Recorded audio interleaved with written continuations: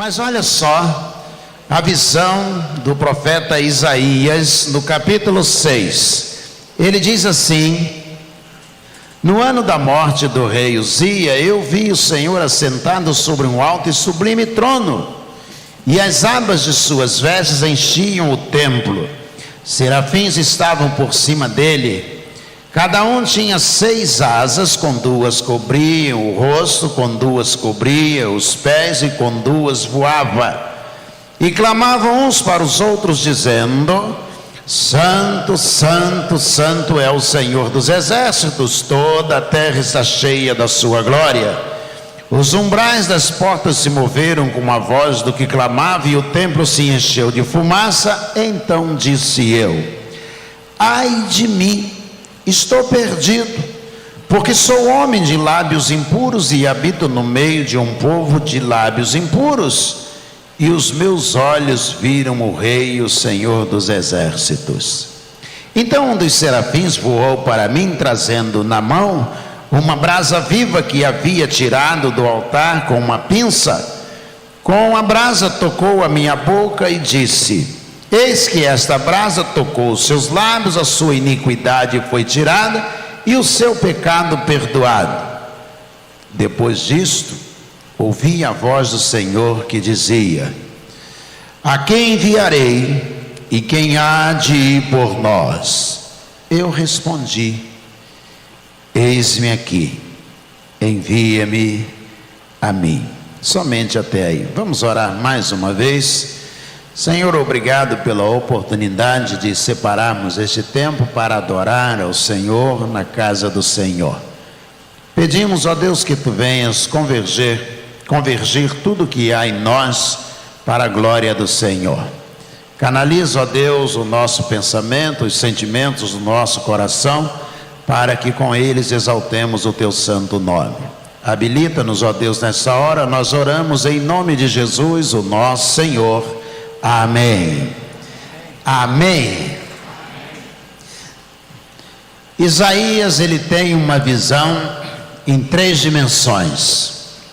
Nós poderíamos chamar de uma visão tridimensional. Isaías, primeiro, ele está olhando ao redor, e é a prática que nós ocidentais mais gostamos, é de olhar as coisas que estão acontecendo ao nosso redor. Ele começa dizendo: no ano em que morreu o rei Uzias, ou seja, ele está contemplando toda a situação social do seu tempo. Isso a gente sabe fazer, não é? Tomar conta da vida dos outros é a coisa melhor que a gente pode fazer. A gente vigia a vida, a filho, o casamento, o emprego, o carro, tudo relacionado à vida dos outros. Esta coisa é fácil de realizar. Isaías primeiro revela uma visão da sua sociedade, do tempo em que ele está vivendo. Ele diz: no ano em que morreu o rei Uzia. Ele consegue ver a sociedade e identificar fatos que estão acontecendo na sua sociedade. Isso é importante, ter uma visão sociológica, fazer uma análise do tempo e do espaço que você está vivendo. Isso é importante, isso é fundamental. A segunda dimensão que nós percebemos na visão de Isaías é que ele está olhando para Deus. Diz: naquele ano em que morreu o rei Uzias, ele disse: eu vi o Senhor. Eu estava no templo e eu vi o Senhor. Então a sua segunda visão, o segundo olhar, é que ele está olhando para Deus. Isso, se nós formos comparar ao primeiro grupo que fica olhando para ao redor a vida dos outros, este grupo que se habilita ou se prontifica a olhar para Deus, ele já é bem menor. Não é isso? Quantas pessoas param para contemplar o Senhor? A Bíblia fala de uma mulher samaritana no Evangelho de João. Jesus vai até o poço, ela está puxando água, enchendo o seu cântaro, e Jesus se aproxima e diz: mulher, dá-me de beber. E ela disse: como podes tu, sendo judeu, falas comigo que sou samaritana? E Jesus diz a ela: se tu soubesse com quem tu estás falando, você me pediria água e eu te daria água viva. E a mulher olha para Jesus, sem entender o que Jesus está falando, diz assim: como o senhor pode tirar água, me dar água, se o senhor não tem corda, não tem caçamba, não tem balde para poder puxar a água? Aí Jesus diz a ela: se você beber dessa água, você tornará a ter sede, mas se beber da água que eu te der, vai se fazer em você uma fonte que fará com que você salte para a vida eterna e você nunca mais terá sede. E a mulher olha para Jesus e diz: então me dá dessa água, para que eu nunca mais tenha sede. E aí ela, numa conversa ainda com Jesus ali, ela disse: os nossos pais adoraram neste monte, vocês judeus dizem que o lugar de adoração é lá em Jerusalém. E Jesus disse: mulher, é chegada a hora em que os verdadeiros adoradores adorarão o Pai em espírito e em verdade. E eu digo a você, Jesus dizendo, eu digo a você, nem neste monte, nem em Jerusalém, Deus está procurando adoradores que o adorem em espírito e em verdade. Deus está buscando gente que queira olhar para Ele. Separe tempo para ler a Bíblia, a palavra dEle. Separe tempo para cantar louvores a Ele. Separe um tempo para conversar com Ele em oração. Deus está buscando pessoas que queiram olhar para Ele. Isaías diz: primeiro Ele olha para a sociedade, depois Ele olha para Deus. E Ele então diz: os meus olhos viram o Senhor dos exércitos. Ele estava assentado sobre um alto e sublime trono, diz a narrativa de Isaías, e voavam por cima dele os querubins. Quando eu li esse texto, quando eu me converti a Jesus aos 20 anos de idade, em 1980, eu disse ao meu pastor, quando li esse texto pela primeira vez, eu disse: pastor, eu aprendi que acima de Deus não existe coisa alguma. E esse texto diz que o serafim, ele está por cima de Deus. E aí o pastor disse assim: meu filho, não é porque um aviador voa por cima do comando geral que ele é maior do que o brigadeiro. E eu olhei para ele e disse: já entendi, pode deixar que eu consegui entender. Na verdade, o texto está dizendo que ele está olhando para Deus, ele está contemplando o Senhor, ele está maravilhado. Quanto mais a gente se aproxima de Deus, mais maravilhado a gente fica. Quanto mais intimidade você tem com Deus, mais maravilhado você fica. Quanto mais você lê a Bíblia, a palavra de Deus, mais Deus se revela a você por meio das Escrituras Sagradas, mais você se fortalece na sua vida cristã. E aí Isaías tem a terceira visão. Ele olha para ele mesmo, ele olhou para a sociedade, ele olhou para Deus, e agora ele olha para ele mesmo. Esse grupo então é infinitamente pequeno. As pessoas gostam de olhar para a vida dos outros, ou olhar a vida dos outros. Poucos, um grupo bem menor, consegue olhar para Deus. Agora olhar, tomar conta da sua própria vida, esse grupo é bem menor.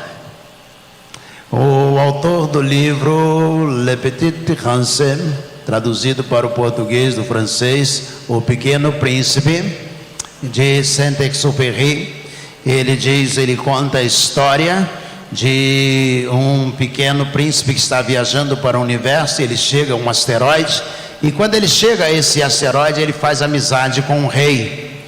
E aí os dois se tornam amigos, mas não existe mais ninguém que more naquele asteroide, naquele planeta, para a gente entender. Não há mais ninguém morando ali. E aí eles se tornam amigos. E aí o pequeno príncipe pergunta ao rei: mas você é rei, não há mais ninguém aqui? E o rei diz: talvez por isso eu seja rei, eu moro aqui sozinho, não há mais ninguém, eu posso ser rei.